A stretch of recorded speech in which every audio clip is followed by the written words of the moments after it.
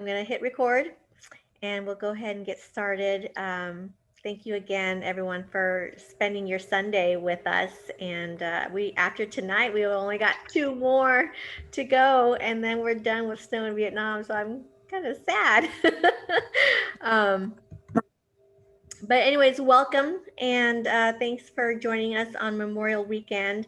And Stacy Monty is here once again to moderate our session.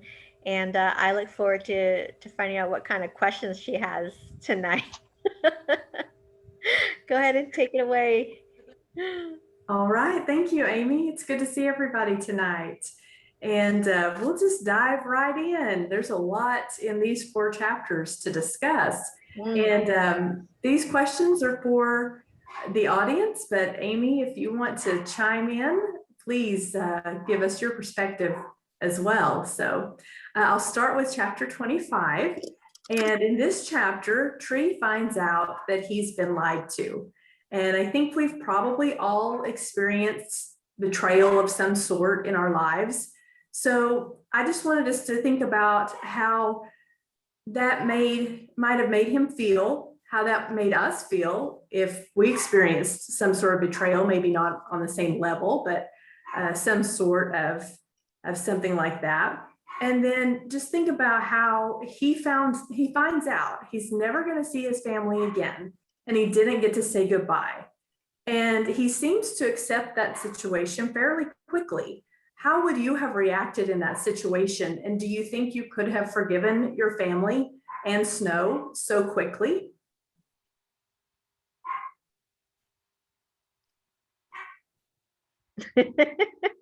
I'm laughing because I know Lily's got an opinion. Stacy's Yorkie. Yes, she does. She's like, no. I could not have forgiven. I wondered if it was maybe a cultural part of the cultural aspect to accept that this is my fate and this is what I am supposed to do. And so let's just move on. Would that have been part of it, Amy? Yeah, that's a really good assessment because culturally, it's not his place to question the adults. And, Tree has to quickly accept that that's what his parents wanted and that's what's going to happen. And, as brave as we are when we're young and we think we know it all, we can manage it, everything, we're invincible. I think realistically, Tree probably understood that to turn back poses different, challenges, right? And different risks as well. And so it's kind of like you have to just play it forward and see it through. And thank God for my mom and me, right, that he stuck with it. I know that there were times when he questioned it and debated on whether he was going to abandon us, but he didn't. And I think that culturally, I think he accepted that fate quickly because he had to. That's really interesting. Did anybody else have any thoughts? I think we get to see a little bit more of Tree's character in these chapters. Yeah.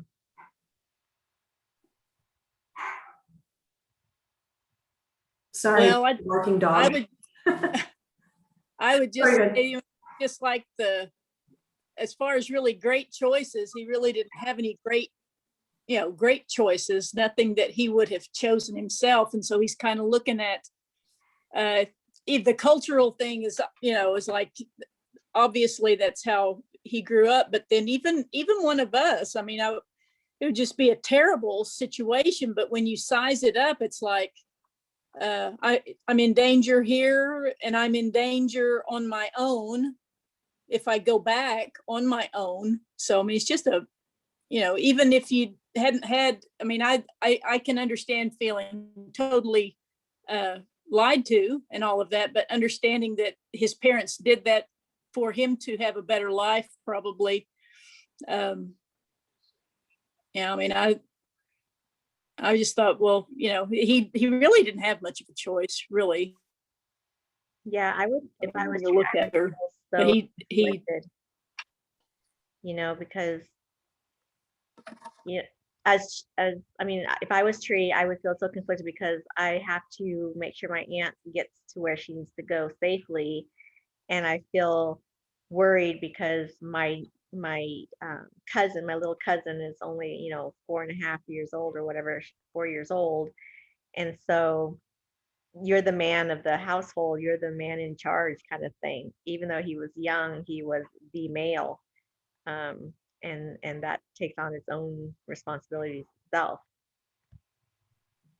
I think too that because it was just you and your mom, he had to be the male to protect you guys because you guys didn't have a male with you if he would have gone back. Also, I think the part that may have gotten to him was when she said, what if something happens to you? Nobody will know.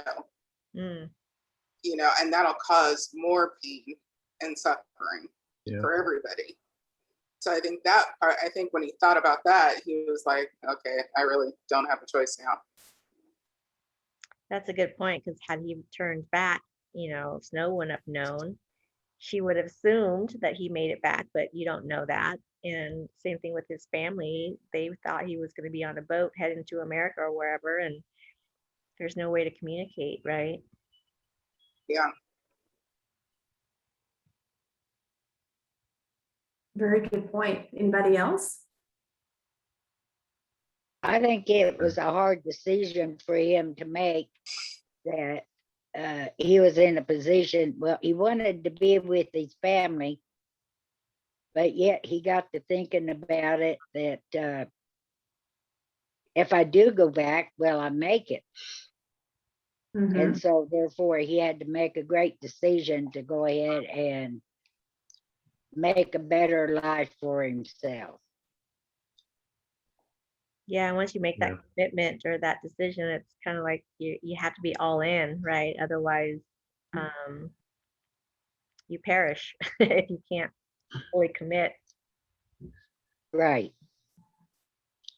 I think even though he had been lied to and tricked to get there, when he found the responsibility that he had and not knowing, like you said, whether he'd make it back okay, the family that he was currently with was more family that he might have if he doesn't make it back. So it was better to stay and take the responsibility for getting his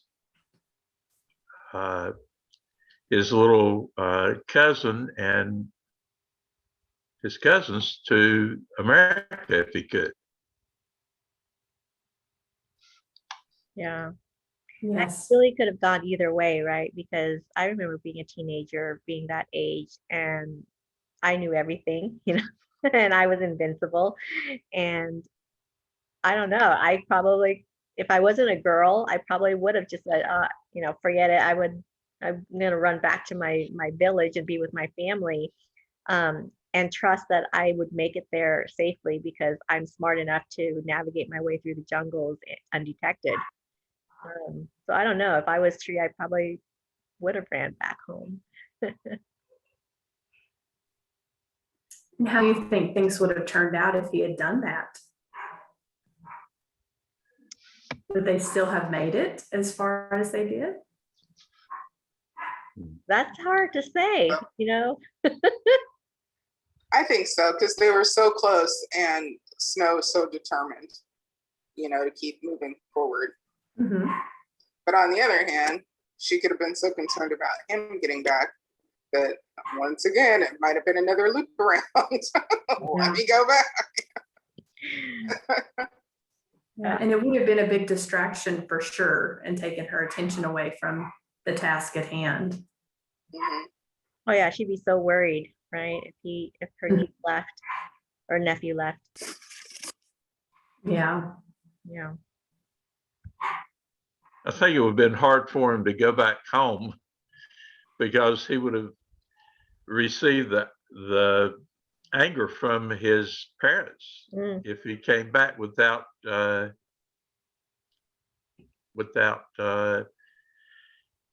knowing what happened to his two family members. So, Yeah, you probably get a lashing from brother 7. yeah, they probably would never have spoken to him again. Mm. Good point. Yeah. Okay, well, we'll move on to chapter 26. This was a really big chapter, one of the longer chapters that we've read, and it was so full of everything, drama and suspense and tension, and really increased the stakes here for us, Amy. And we thought we'd seen all kinds of obstacles, and yet here are more. So in this chapter, we meet Slanty-Eyes. He is deaf because a bomb has exploded near him. He is the only one of 13 children left. And yet he's taking this huge risk to help them, to get them to the landing spot, to meet the boat. What do you think motivated him, and why did his family accept the risk that they might lose their last remaining child? Why were they all so involved in this, do you think? That's a really good question.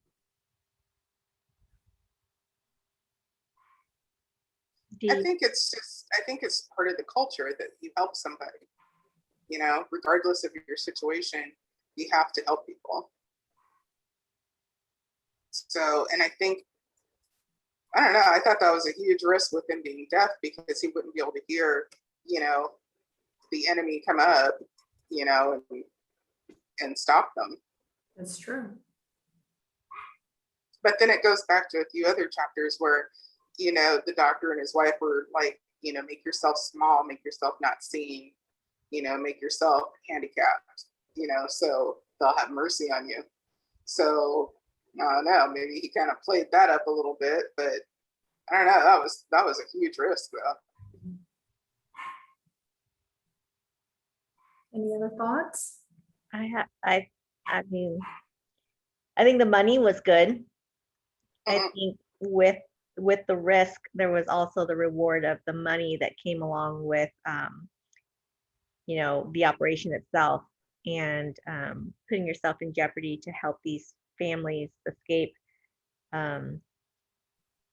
So I think there's that. You know, they're living in a very rural, backwards area, and there's not even a toilet. There's no sanitation. There's nothing really, you know, and so you take what you can. And if there's that opportunity to make some money, and you know, he knows that area so well, and he's probably helped so many families already. So to him, he's gotten over that first fear, right? And now it's just like, okay, it's routine now. Maybe it's not as risky to him. Well, plus he's the last to help his family with that money. Yeah. So, you know, I think it's, you know, you do what you can to help your elders and your family to survive. So no matter what, you know, even though he's the last one, he's still helping them survive. Is this the part where it talks about they have so little that they're writing with animal blood, and that they had even paper to write on taken away? Yeah, everything had been confiscated, and you know, yeah. So I mean, with that question, and then after you talking about the money, I mean, without the money, they're not going to make it anyway. I mean, they have to have a way to have some income or something so that they can survive. So yeah, I found that was very striking to me. That was one of the main things that stuck out to me, in that there was a lot of things that stick out in that chapter, but to put yourself in the place where people took away your writing paper and something to write with so that you couldn't document anything, that was just heavy for me.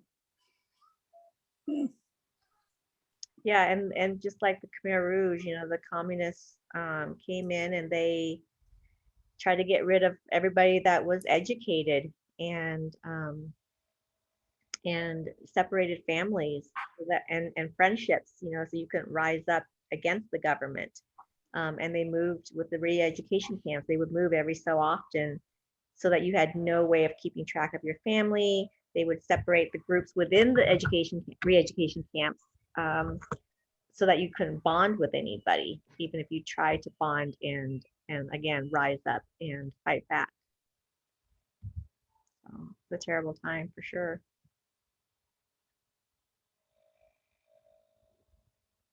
Anything else?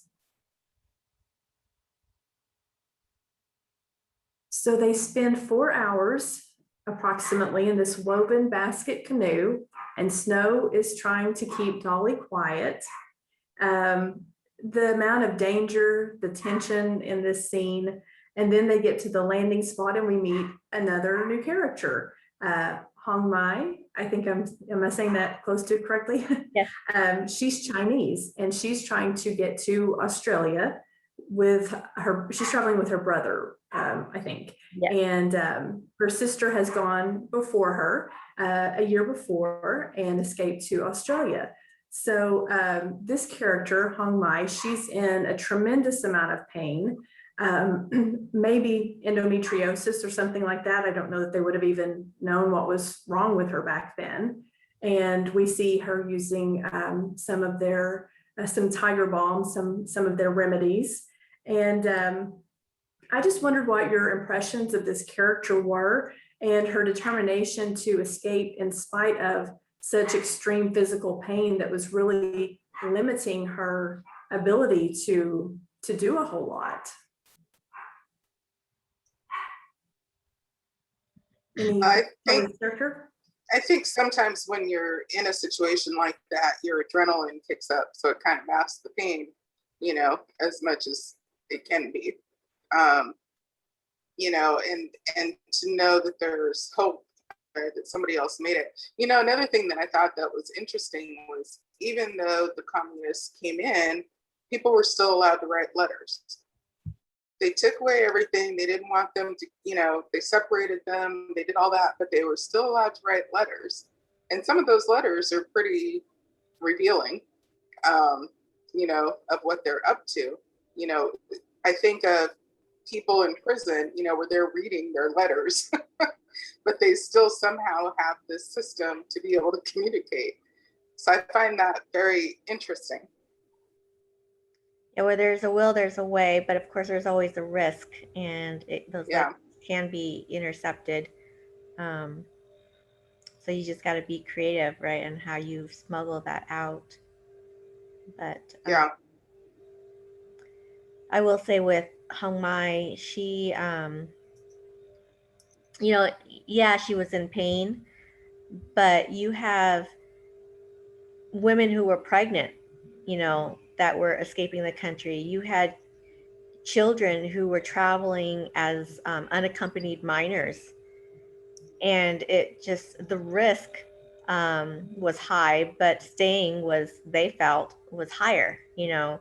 And so it didn't matter that you were in pain or you were pregnant or you were, you know, 5 years old. We're just going to send you off onto this boat and hope that you survive, because anything is better than staying back in country. So that's desperation.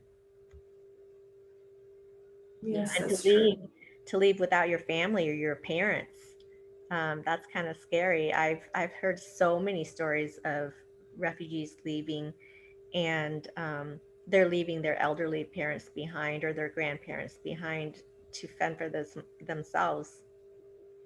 Heartbreaking, but that was the case.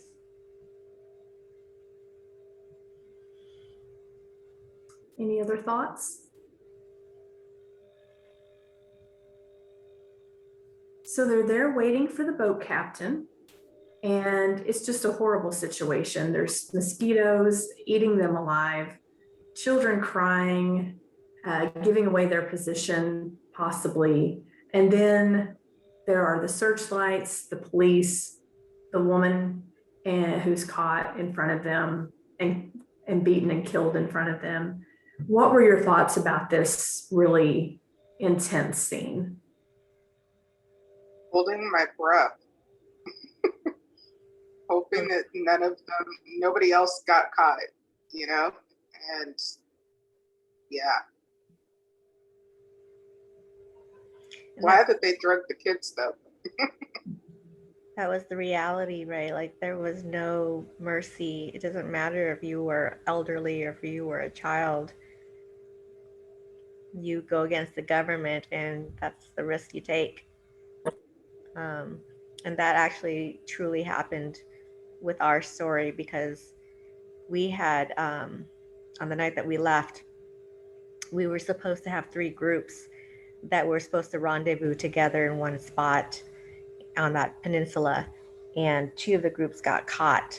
And we actually witnessed that woman being forced to eat money, while on her knees and begging for her life, and then being killed because she, whatever, they weren't happy with what she was doing. And so, yeah, that was unfortunately a true event that I put in the book, that my mom told me about, and that I vaguely remember witnessing.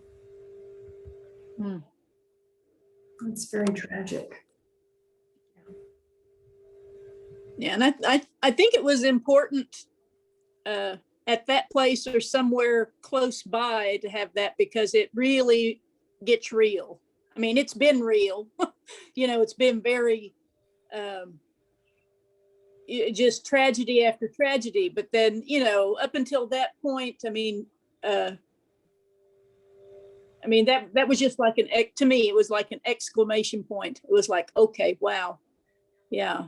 And when I read that, I was thinking there was probably more of that maybe made it, didn't make it into the book or whatever.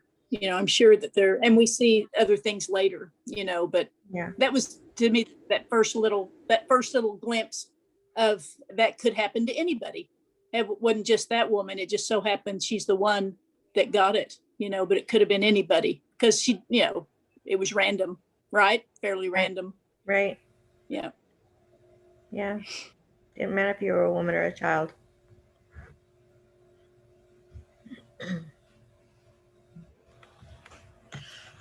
And so they're there waiting for the boat captain when all this happens, and they don't know what's happened to him, what's taken him so long. They think it has to do with the New Year's celebration, and then he might be drunk.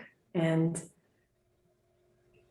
can you imagine when we have to wait for something, even for a short amount of time, it's frustrating. But in a situation like this, can you imagine even having to wait, not knowing what's going on, wondering if you're going to get caught? The children, you have to drug them to keep them quiet. Just a very, very tense situation. Any comments on that? Just the wait. I think it I also, think the unknown that was about to happen is they didn't know whether the other boat was actually going to come for them or not, because everybody seemed to be getting caught. And what they thought was probably the lady was the wife of the captain that was supposed to come, and that was her son that she was bringing. So yeah, there was a lot of indecision among the people, which comes to the last part of that chapter, when it was almost like the Alamo, where they drew a line in the sand and said, everybody wants to stay, cross the line here, everybody that doesn't can leave. And it was the same way they almost drew come and stand beside me if you want to go, or stay over on the other side if you don't. And that's true. That's really when faith steps in, what you're going to do, and trust in God or whoever that it is that you believe in. Francis, did you have something that you were going to say about this scene? yeah, but I forgot what it was. Well, if you think of it, just jump right in. And so Snow is the one who kind of gives them a motivational speech to get them going and get them along their way. Are you surprised that she took on this role in that situation? Seems to be a natural progression of her character, right? Yep, she finally found her voice. She did. Any other thoughts on that? Anybody surprised that people actually listen to her, being that she's a single mother? Yeah, but she's always made a lot of sense, though. I mean, everything she's done has been with a lot of sense, common sense, you know. And she's, one thing that I noticed when she came back to the house, this is chapters before, but when she came back to the house that one time before her father died, you know, she told everybody what they were going to do, and everybody went around and did it. And I think that that form of leadership was starting to come out of her. It may have already been out, but now she's, I think that just kind of boosted her confidence that, you know, she can say what needs to be said. Yeah, I think you get to the point too where you're just so fed up, and you know, you've got to be that catalyst, right, for your own change, and say F it, you know, this is what I think, and you're either with me or you're not with me. But yeah. That's great.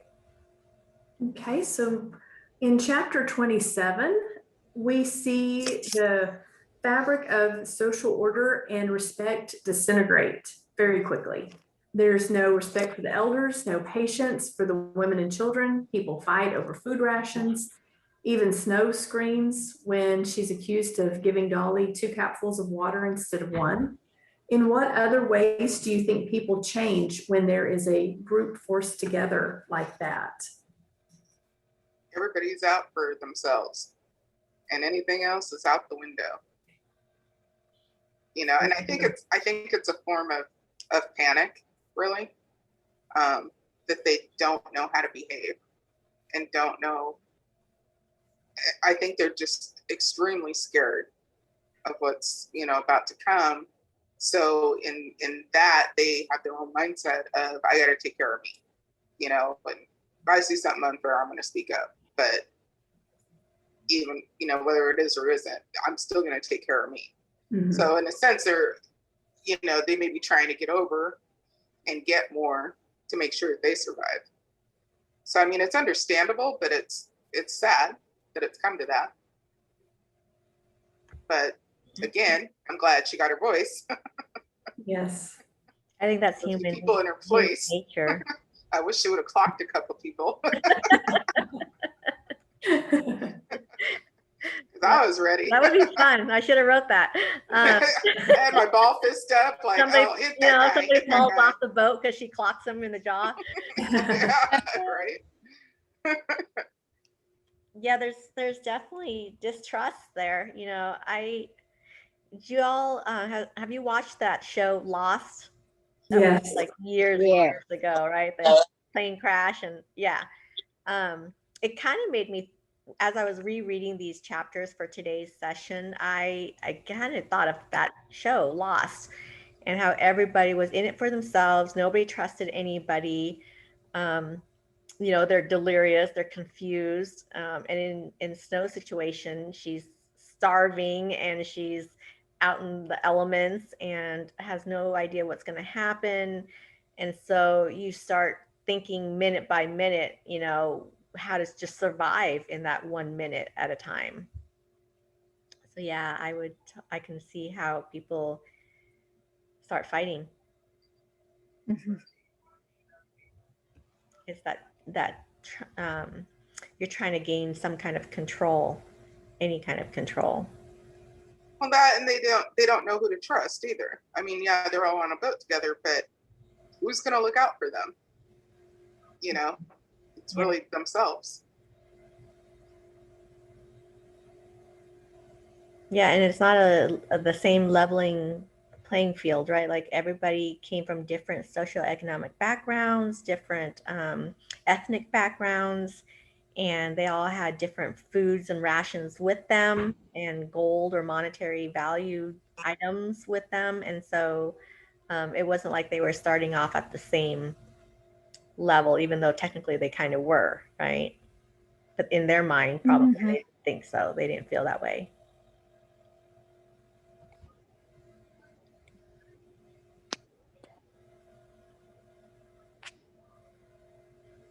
Anything else? Kathy, you've been awfully quiet.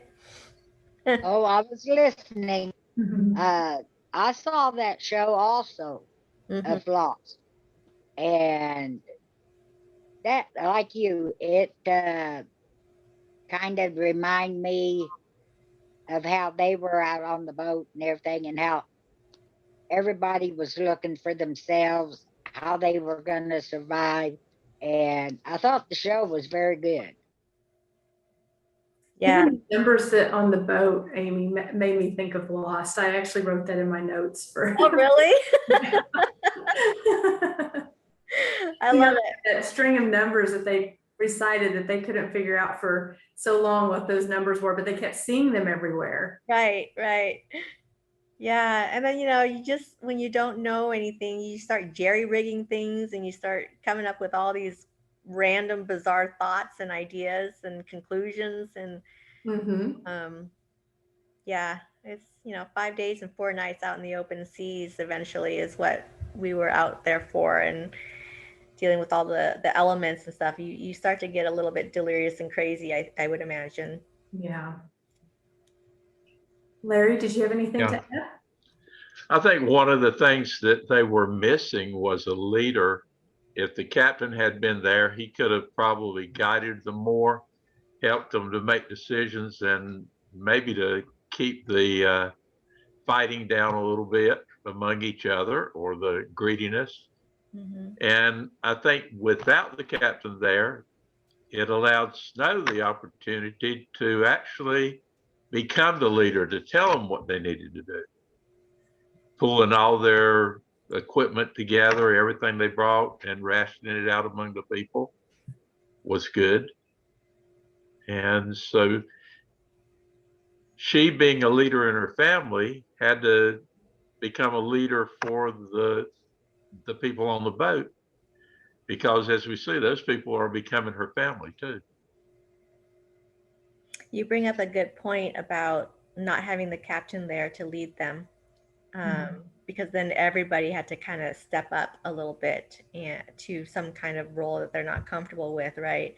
In the sense, the co-captain or the co-guide, whatever, Sung, he had to step up and sort of lead the expedition, right? And you had what's his name? Was it Mintho? He was the guy who navigated rivers, but never out in the open seas. And so here he is having to take charge and figure out how to get them from where they were at to the South China Sea and to the Philippines. And so everybody had to step up, I think, in some way, shape, or form. And was that part true, Amy? Did you all lose your captain before you set out?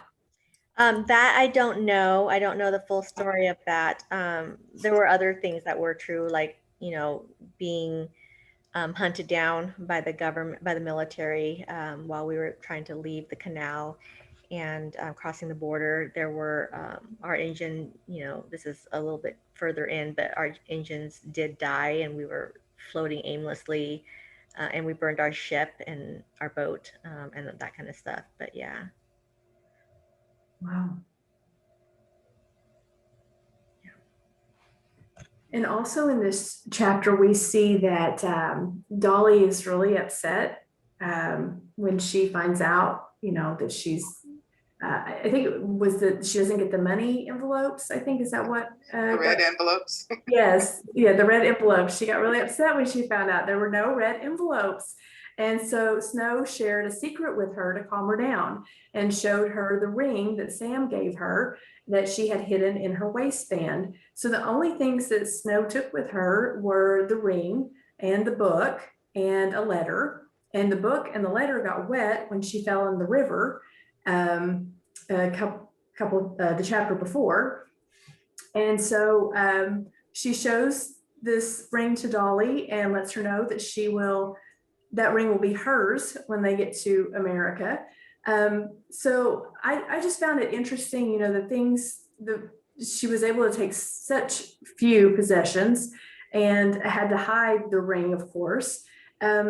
If you think about if you had to escape quickly, maybe a fire or a tornado here in Oklahoma or something like that, what things would you take with you? Material possessions? Are there things that you could grab quickly and that you would want to take with you?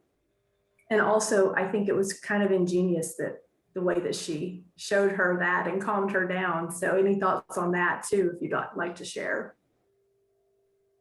I think for me, the only thing that I would take would be my external hard drive and my ID and my phone. Yes. Because my external hard drive, I'm still trying to get all my pictures digital, but that would have all those memories on there. And I think when you think about leaving in a hurry, that's the one thing that's not replaceable is pictures. Yeah. So for me, that would be it. And my dog. Okay, 4 things. That would be hard to have to leave your pets. You know, I was just playing with my leopard gecko today, and I just love that little lizard. But you know, she can't manage her own temperature, so I would have to leave her behind. But my dog is like geriatric, and my cat is just, you know, she's just got a mind of her own. So who knows? I think I would probably grab my passport and my backpack, which would have my purse and my, you know, credit card and that kind of stuff. But I probably wouldn't go for a thumb drive, hard drive, my computer, any of that. I mean, when, you know, who knows what life's going to bring after the tornado or whatever it is that hits. But having a passport and your identity and money, access to money would be my priorities. Yes.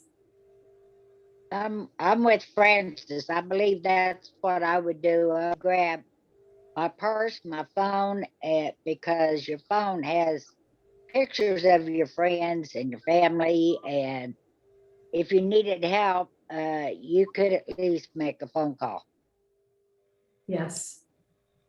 I would just borrow Dee's phone and say, hey. Or Stacy's, whoever's closest to me. Yes. Well, nowadays you don't remember phone numbers because they're all programmed into your phone. So the only one I know is my daughter's, you know, Exactly. and my own. So it's kind of crazy when you think about it, how many numbers we used to have to dial on the rotary phones, you know, back in the day. We had them all memorized. And yeah, your phone is like your lifeline. Do we still have 411? Is that still a thing? Yeah. It is? Okay, I didn't know. You can call 411, and I was talking to Preston the other day about what he was like, what's 411? I was like, well, it's information, and this is before the internet. You can call and ask for like the nearest pizza joint and, you know, things like that. But then we thought, well, how do these people, these operators know the answer? Did they have access to the internet before we did? Did they have a white and yellow pages in front of them? Like, I have no idea. If anybody knows, let me know. They had, my mom used to work for the phone company. She was the first female to actually work on the frame, which is where all the wires are plugged in, just rows and rows and rows of it back in the day. And they did have computers back then as well, which we didn't, but they did. So that was one way.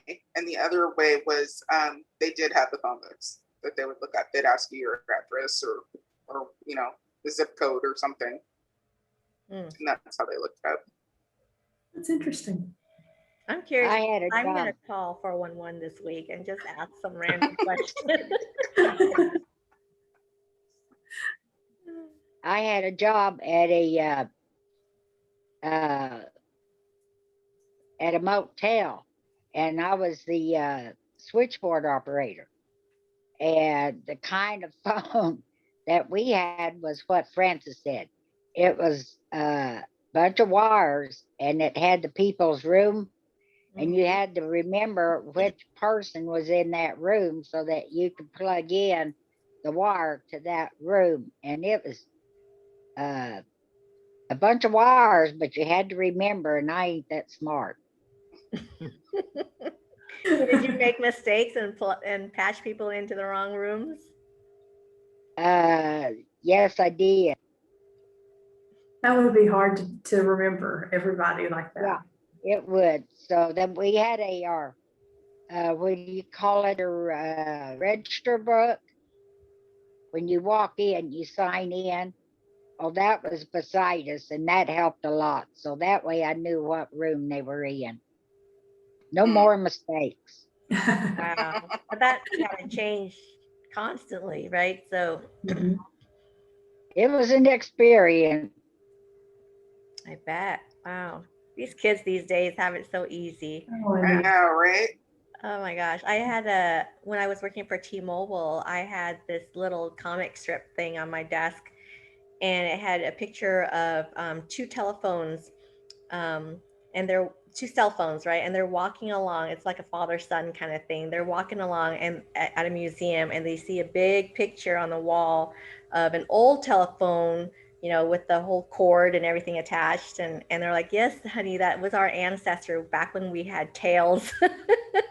And it's about the evolution of the cell phones or the phones, That's Like, cute. I remember having tails. Before we move on, Larry, Dee, do you have anything to add? I think as far as what I would take would probably be the phone. Try to grab the computer or something, or hard drive like she did. Mhm. She said. Yeah. What would you take, Stacey? I would take my dog and my external hard drive and my thumb drive if I had time, and my purse. You mean you don't want to write all over again your book? If I have my external hard drive, I have most of what I need. Yeah. Yeah. Well, you're also an editor, so there's people counting on you. Yes. True. Yeah, I think you guys covered most of it. I mean, I would kind of the same thing. I'd probably make sure I had my ID, that kind of thing up most, and then my phone for however long it would last. If you didn't have electricity for a long time, that would become a moot point. I might take my guitar with me. The acoustic electric would probably be useless. So that's about it. Gotta That's have interesting. music. Mhm. Well, I'll move on to chapter 28, and Snow is looking at the letter from Sam that's ruined and her book, and Tree tells her that she has to let go of the past. And then Snow tells Tree about his family and reminisces and shares his history with him. So here we see a juxtaposition between letting go of things that we can't change, but also holding on to and remembering who we are and where we came from as a way to continue and move on into the future. How did you feel about this scene? I think it's important to remember, and to keep those stories from the ancestors going.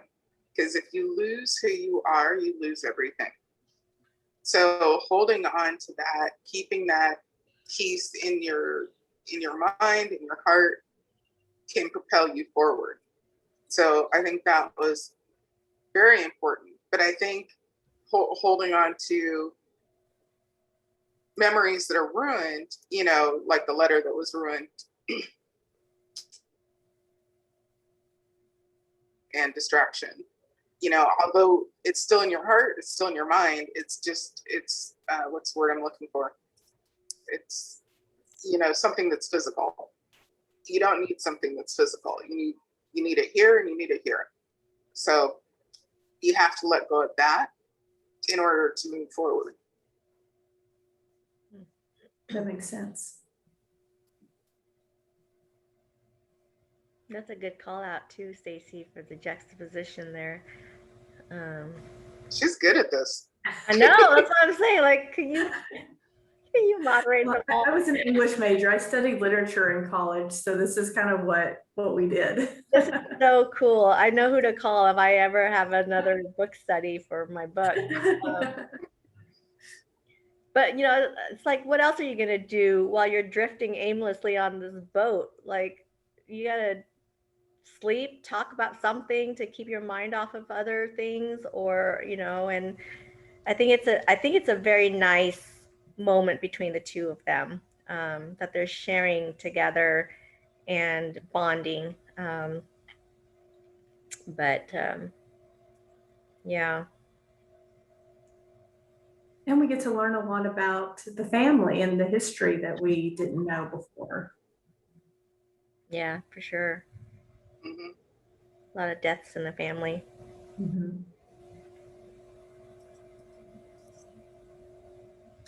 And we see Snow as the peacemaker when tempers flare, and she suggests combining their rations, which Larry had mentioned. And I was just wondering if you all were surprised by anything that was contributed, like maybe the poison. The suicide kit. Someone had a suicide kit with them. The suicide kit. Yeah. Although that, I don't know, maybe I probably would be one of those crazy ones that would probably put together a suicide kit. Got my cognac, got my insecticide. I forgot what else he had. But It was just interesting to see the different types of things that people brought. I thought that was amazing, because not everyone brought the same thing. Each one of them had their own things, what they wanted to bring. yeah, you had Snow, who was, I think, practical, right? She brought cucumbers and things that could last longer, to hydrate herself. But then you have the suicide kit, and so you know where their head is. You have others who just brought strictly money because that's what they valued, and thought that was going to get them by with money or gold. So yeah, I don't know. What would you guys bring? That's a good question. I don't know. Depends on what I had. But food, you know, some sort of, I would try to bring probably as much food and rations as possible, because, you know, without your health, you're not going to get very far. Yeah, I definitely bring something to catch the rainwater. I think that was smart. But I would probably bring a suicide kit for sure. I'm such a wuss. And my pain.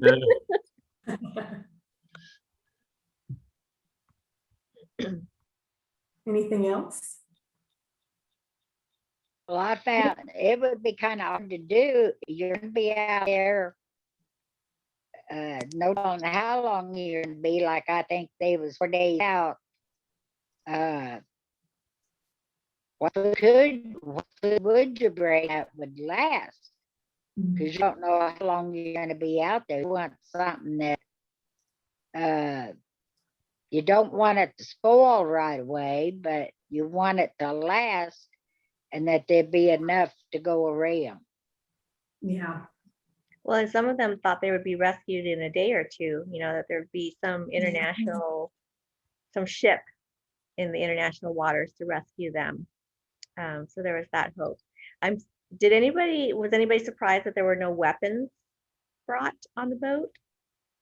Yes. No, like Yeah. after hearing all these stories of pirates and what have you, like, Mhm. yeah. I thought the captain would have taken care of all that. You know, whoever was driving the ship, supposed to be, Yeah. would have handled that aspect of it. So I wouldn't have even thought to bring a weapon. Yeah, which is which is possible. He could have had something on the boat and it was just not mentioned, right? Mm. Or the author Oh, your forgot to hidden put that in. secrets. All your hidden secrets, Amy. Or I just forgot to write about weapons on the boat. I'm a lover, not a fighter. If it had been a group of Oklahomans on the boat, it would have been nothing but weapons. That is so true. I can say that because I'm from here. They're all hunters and yeah, Yes. yes. We would have so many shotguns. I know this is almost like a mystery book. It just makes me want to go to the boat and inspect the whole thing. Oh, well, you'd find vomit and piss everywhere, that's for sure. Yeah. And I just have one last question. It's at this point that we begin to learn about the other passengers and things start to calm down. They start to talk. Did any of their stories stick out? And how do you feel that these stories really added to the novel as a whole? For example, we have the disrespectful boy that we probably wanted to clock a little bit earlier. And we find out that he's an orphan. His whole family committed suicide. He's the only one left. So did this change your perspective of him? Yeah, it did a little bit. Still want to clock him though. Yeah, he had to take care of himself. And so he had to be a little bit obnoxious and a little bit forceful like that. But which is something I learned in Vietnam. There in Saigon, there were a lot of orphans, and they called them the shoeshine boys, and they would walk around the city wanting to polish your shoes. They would even follow you into a restaurant, and you had to let at least one of them do it, or they would before they left you alone. And if you didn't let him do it, and he asked you, and he bent down beside your uniform, you got a big brown mark on the side of the back of your one leg from the shoe polish. So yeah, it was very unusual, and they were everywhere. And I can understand where he was coming from, though. Yeah, there were definitely a lot of orphans. And when I went back to Vietnam, my very first trip, there were kids selling lottery tickets on the streets, and it was so uncomfortable because they'd come right up to your car and just stare at you at the window, you know, and just pound on it, and they would not leave, and they're holding up these tickets for you to buy. And I'm like, what am I gonna do with these lottery tickets? I can't buy them, and you know, I can give it to my family, I guess, if they win, but I don't even trust the government that they would pay out. But that was how they made a living, you know. And there's so many orphans.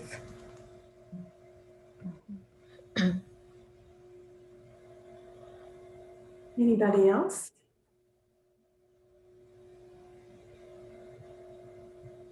No? I have a question for Amy.